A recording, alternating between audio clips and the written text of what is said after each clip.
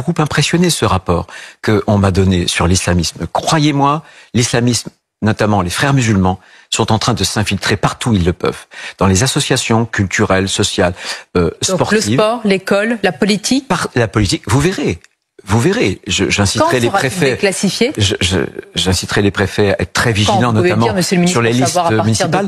Le travail a commencé et j'espère que dans quelques semaines, il sera déclassifié parce que on a un certain nombre de noms, on a des informations qui sont classées vraiment secrètes, très confidentielles. Mais je veux que ce rapport vienne dans le débat public. Je veux que les Français, par ce rapport, se rendent compte du point où on en est, parce que certes, il y a le djihadisme.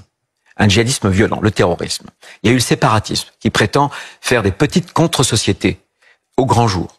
Mais là, les fréristes, les frères musulmans veulent demain imposer la charia à toute notre société. Ce que dans le long notamment terme. Florence Bergeau-Black.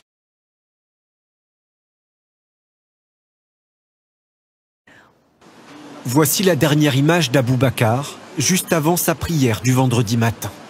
Quelques minutes plus tard, ce Malien d'une vingtaine d'années est retrouvé mort ici, dans la salle de prière. Là, je vois qu'il y a du sang de partout. On voit d'abord le plus sa jambe qui était trempée, on voyait même plus la couleur de son jean.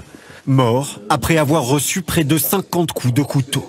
L'assaillant a filmé la victime avec son téléphone portable. Nous avons choisi de ne pas diffuser ces images. Sur la vidéosurveillance, voici le suspect à l'entrée du bâtiment. La suite des images est d'une extrême violence. Mohamed, bénévole à la mosquée, a pu visionner cette scène d'acharnement. Une première série, il se repose un peu. Une deuxième série, après il se rappelle qu'il n'a pas sorti son téléphone. Il sort le téléphone. Boubacar est déjà mort. Il prend une vidéo. Durant l'attaque, l'assaillant tient des propos injurieux envers l'islam à plusieurs reprises. Qui est cet homme, inconnu des services de police? C'est un Français, né à Lyon, âgé de 20 ans. Il n'était jamais venu dans cette mosquée auparavant. On se connaît tous, mais cette personne-là, j'ai jamais vu. J'ai jamais vu là cette personne. On ne connaissait pas, c'est pas un fidèle. La piste d'un différend entre fidèles n'est donc pas privilégiée par les enquêteurs. On a du mal à imaginer qu'un musulman puisse tuer à coups de couteau un des siens, un de ses frères dans une mosquée un vendredi. Ça me paraît peu probable, ce ne sera pas cette piste en tout cas à retenir sur le profil. Le suspect est toujours en fuite. Selon nos informations, son petit frère mineur est en garde à vue. Je n'aurais jamais cru dire ça, mais en France, en 2025, on peut être assassiné juste parce qu'on est musulman. Abou Bakar, notre frère, en est la tragique preuve. Ce vendredi à 8h, il était à la Grande Combe, dans le Gard, pour nettoyer la mosquée. Un homme s'est approché de lui, prétendant s'intéresser à l'islam et vouloir se convertir. Mais alors qu'Abou Bakar montrait comment les musulmans prient, l'agresseur a sorti un couteau et l'a poignardé de 40 à 50 coups de couteau. Pire encore, il a ensuite publié des vidéos sur les réseaux sociaux, montrant son arme et proférant des insultes abjectes. Je l'ai fait, ton Allah de. Abou Bakar était connu de tous. Musulmans ou non, tous ceux qu'il côtoyait le décrivaient comme poli, attentionné et agréable. D'ailleurs, Nathalie, une habitante, a témoigné auprès de l'AFP en disant « il était toujours souriant ». Peu importe que l'agresseur soit un déséquilibré ou non. Ce crime odieux est le fruit empoisonné des discours anti-musulmans et anti-islam qui gangrènent notre société en France.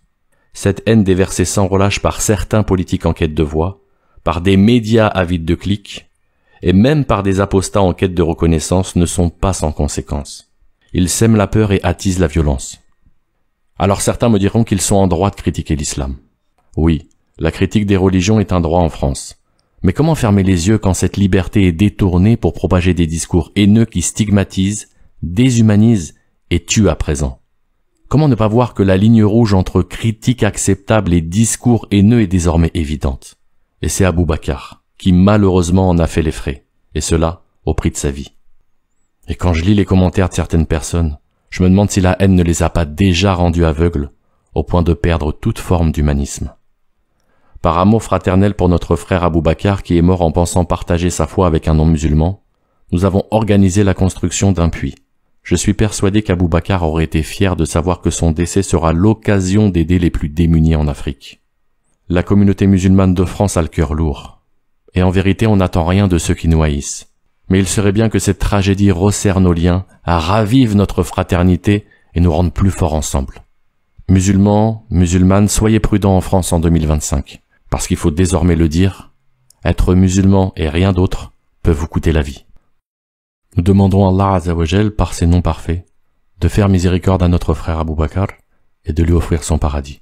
Allahumma salli wa sallim wa barik ala nabina wa habibina Muhammad wa ala alihi wa sahbihi ajma'in. Jazakallahu khairan, barakallahu fikum.